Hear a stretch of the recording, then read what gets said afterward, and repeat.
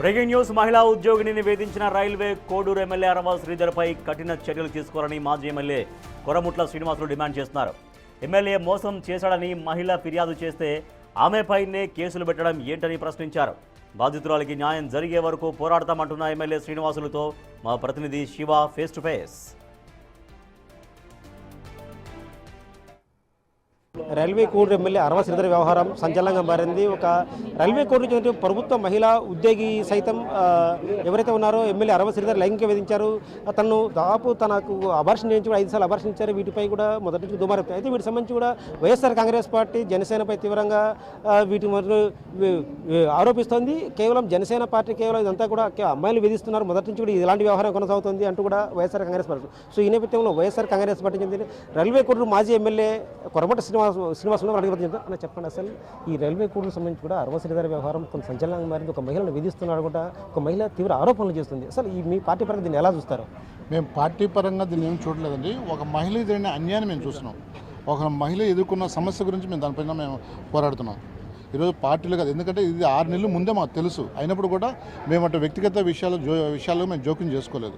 ఎప్పుడైతే ఆ అమ్మాయి బయటకు వచ్చి ఓపెన్గా టీవీలో డిబేట్ చేసిందో అప్పుడు ఒక బాధ్యతమైన ప్రతిపక్ష పార్టీగా మేము, మా నాయకులు, మా కార్యకర్తలు, మా క్యాడర్ అందరూ కూడా మేము లేడీస్కి సపోర్ట్గా లేడీస్కి మేము ప్రొటెక్ట్ చేయాల్సిన అవసరం ఉంది కాబట్టి మా బాధ్యత కాబట్టి మేము చేసాం.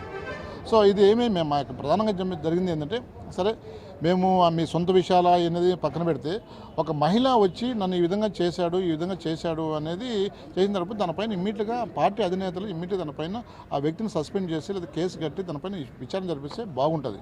అది గౌరవంగా ఉంటుంది, సాంప్రదాయంగా ఉంటుంది, ప్రజాస్వామ్య పద్ధతిగా ఉంటుంది. కానీ అది ఏమి చేయకుండా నిజంగా ఆ అమ్మాయి పైన మళ్ళీ కౌంటర్ చేయడం అనేది చాలా బాధాకరమైన విషయం. నేను ఆ అమ్మాయి విషయం, ఆ అమ్మాయి ఎట్టుంది, ఆ అబ్బాయి ఎట్టుందో మాకు అది అనవసరం. ఒక మహిళ జరిగిన సంఘటన నిజంగా మరో మహిళ జరగకూడదు అనే ఉద్దేశంతోనే వైఎస్ఆర్సీపీ ఆధ్వర్యంలో ఈరోజు మేము ప్రొటెస్ట్ చేయడం జరిగింది. జనసేన పార్టీ ఇప్పుడు మహిళ అండగా ఉంటుంది. కేవలం ఏదైతుందో ప్రతిపక్ష పార్టీ కావచ్చు, వీరందరూ కూడా వైఎస్ఆర్ కాంగ్రెస్ పార్టీ ఆధ్వర్యంలోనే ఒక మహిళను రెచ్చగొట్టి, ఎందుకంటే ఒక మహిళపై అది కేవలం డీప్ ఫేక్ వీడియోలు పెట్టి అప్రతిష్ట పాలు చేస్తున్నారు. స్థానిక ఎమ్మెల్యే కావచ్చు, పవన్ కళ్యాణ్ కావచ్చు, వీళ్ళని అప్రతిష్టాలు చేయడానికే ఇలాంటి వైఎస్ఆర్ కాంగ్రెస్ పార్టీ చేస్తుందని ఆరోపిస్తున్నారు. నిజంగా సిగ్గుసేటండి, అది సిగ్గుసేటది. క్లియర్గా అమ్మాయి వచ్చి విత్ ప్రూఫ్స్తో చెప్తా ఉంది, చెప్తుంది. పవన్ కళ్యాణ్ కలిసింది, చంద్రబాబు నాయుడు కలిసింది, పోలీస్ డిపార్ట్మెంట్ కలిసింది, విలేకరులను కలిసి ఎక్కడ న్యాయం లేనప్పుడే, న్యాయం జరగనప్పుడే తన మీడియాకి ఎక్కింది. ఇంకో విషయం మీకు గమనించలేదు, ఇది విషయము కోడైకి వస్తుంది ఒక 8 నెలల నుంచి. దీనికి మొత్తం మీరే ఆల్రెడీ మీరు మీడియా మిత్రులు అందరూ కూడా మీకు అందరూ కూడా తెలుసుంటుంది. కోడైకి వస్తుంటుంది. పైగా మేము ఎక్కడక్కడ ఇన్వాల్వ్ కూడా కాల, మాకు సంబంధం కాలేదు. ఎందుకంటే గతంలో మీరు 20 సంవత్సరాలు కానీ 40 సంవత్సరాలు కాంగ్రెస్ కావచ్చు, వైఎస్ఆర్సీపీ కావచ్చు, ఇక్కడ మా నాయకులు, సీనియర్ నాయకులు అందరూ కూడా కావచ్చు, ఎక్కడే కానీ మహిళల పట్ల కానీ మహిళలకు సంబంధించిన వాళ్ళ వ్యక్తిగత విషయాలు మేము ఎక్కడ తలగడ చూచాం. అది ఇట్స్ అ ఫ్యాక్ట్, నగ్న సత్యం. కానీ ఇటువంటి జరిగిన యథార్థ సంఘటనను వాళ్ళు ఆల్రెడీ మీటింగ్ పెట్టుకొని ఒక 1 వీక్ ముందే లెటర్ రిలీజ్ చేసినారంటే వైకాపోవాలో వేస్తుంటే జస్ట్ వాళ్ళు దే ఆర్ ప్రీ ప్లాన్. అంటే ఎక్కడ పార్టీ పైన మచ్చబడుతుందో, ఎక్కడ ఇది అవుతుందని చెప్తారు. కేవలం మహిళ ఒకవేళ నిజంగా ఎమ్మెల్యే తనను వేధిస్తే ఎందుకు పోలీసుకు ఫిర్యాదు చేయలేదు, ఎందుకు వైఎస్ఆర్ కాంగ్రెస్ పార్టీ ఆశ్రయించింది అంటే దీని వెనుక వీళ్ళ కుట్రుందని వాళ్ళు ఆరోపిస్తున్నారు. మీకు అర్థం కాలే, వైఎస్ఆర్సీపీ అసలు ఆశ్రయించలేదే.